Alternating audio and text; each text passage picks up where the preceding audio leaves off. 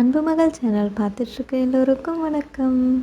இன்றைக்கி நம்மளோட சேனலில் முட்டை ஆம்லேட் பிரியாணி எப்படி செய்கிறதுன்னு தான் பார்க்க போகிறோம். நார்மலாக முட்டையை அவிச்சு பிரியாணி செய்கிறது பார்த்துருப்பீங்க. இது வந்து ஆம்லேட் செஞ்சுட்டு அதை பீஸ் போட்டு பிரியாணி செய்ய போகிறோம். இது வந்து சிக்கன் பிரியாணி டேஸ்ட்லேயே இருக்கும்.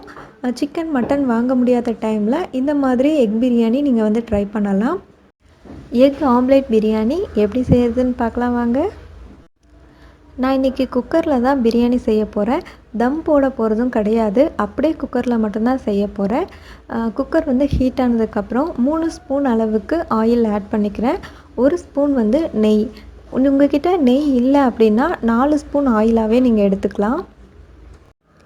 எண்ணெய் சூடானதுக்கப்புறமா 1 நட்சத்திர சோம்பு, 2 பட்டை, 2 ஏலக்காய், 3 கிராம்பு, 2 பிரியாணி இலை, கொஞ்சமாக சோம்பு, இது எல்லாமே பொரிஞ்சு வரணும். நல்லா வாசனை வர்ற அளவுக்கு வதக்கிக்கோங்க.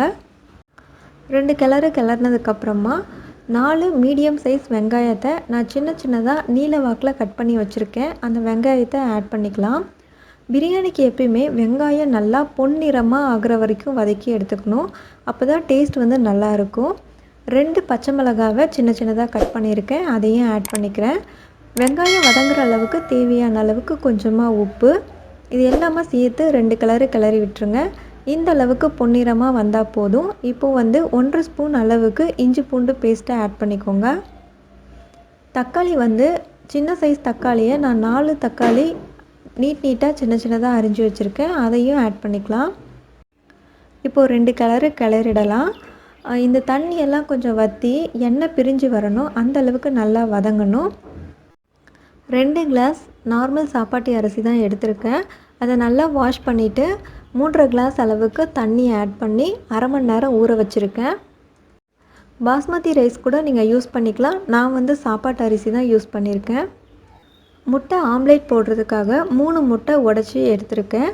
இதில் அரை ஸ்பூன் அளவுக்கு கரம் மசாலா, மிளகுத்தூள் வந்து அரை ஸ்பூன் அளவுக்கு, கொஞ்சமாக உப்பு, இதையெல்லாம் போட்டு நல்லா மிக்ஸ் பண்ணிவிடுங்க. இதை மிக்ஸ் பண்ணிவிட்டு அப்படியே இருக்கட்டும். அதுக்குள்ளே நம்மளோட தக்காளி வதங்கிடுச்சான்னு பார்க்கலாம். நல்லா வதங்கி வந்துடுச்சு, எண்ணெய் பிரியவும் ஆரம்பிச்சிடுச்சு. இந்த ஸ்டேஜில் 1 கைப்பிடி அளவுக்கு புதினா இலை, 1 கைப்பிடிக்கு கொத்தமல்லி இலை சின்ன சின்னதாக கட் பண்ணியிருக்கேன். இதை 2ஐயும் ஆட் பண்ணி கிளறி விட்டுடலாம். இப்போது 1/4 ஸ்பூன் அளவுக்கு மஞ்சத்தூள், 2 ஸ்பூன் அளவுக்கு மிளகாய்த்தூள், நான் குழம்பு மிளகாய்த்தூள் தான் நான் ஆட் பண்ணுறேன். 1 ஸ்பூன் அளவுக்கு பிரியாணி மசாலா, அப்படி இல்லைன்னா கரம் மசாலா ஆட் பண்ணிக்கோங்க.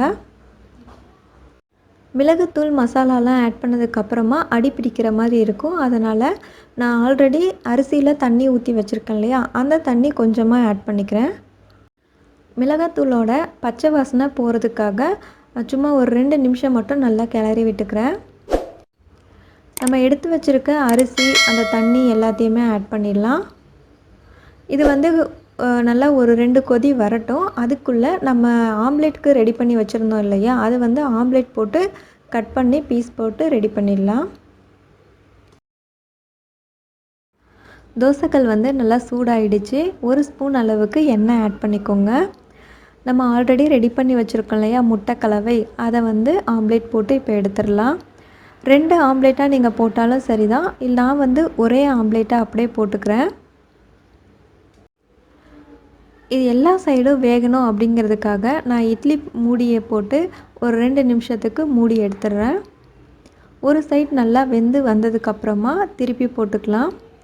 2 சைடுமே நல்லா கோல்டன் ப்ரௌன் ஆனதுக்கப்புறமா நம்ம ஆஃப் பண்ணிடலாம்.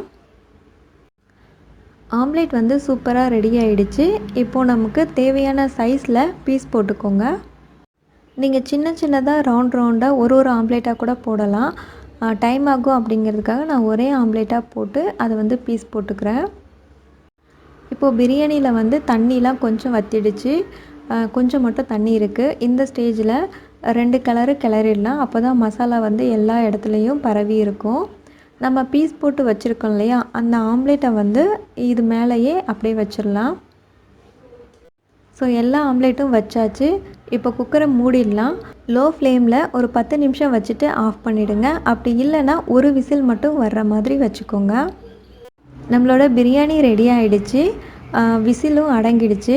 ஓப்பன் பண்ணி பார்க்கலாம். பிரியாணி வந்து சூப்பராக ரெடி ஆகிருக்கு. உதிரி உதிரியாக ஒட்டாமல் ரொம்ப சூப்பராக இருக்குது. ஒரு கைப்பிடி வந்து புதினாவும் கொத்தமல்லியும் சேர்த்து போட்டிருக்கேன். 1 ஸ்பூன் அளவுக்கு நெய் வந்து ஆப்ஷனல் தான். சூட்டில் நெய்யை ஆட் பண்ணும்போது வாசனை வந்து ரொம்ப சூப்பராக இருக்கும். அதுக்காக தான் ஆட் பண்ணியிருக்கேன். இப்போ பிரியாணி சாப்பிட்றதுக்கு நம்ம பிளேட்டில் ட்ரான்ஸ்ஃபர் பண்ணிடலாம். பார்க்கும்போதே உங்களுக்கு சாப்பிட்ணுன்னு ஆசையாக இருக்கும்னு நினைக்கிறேன்.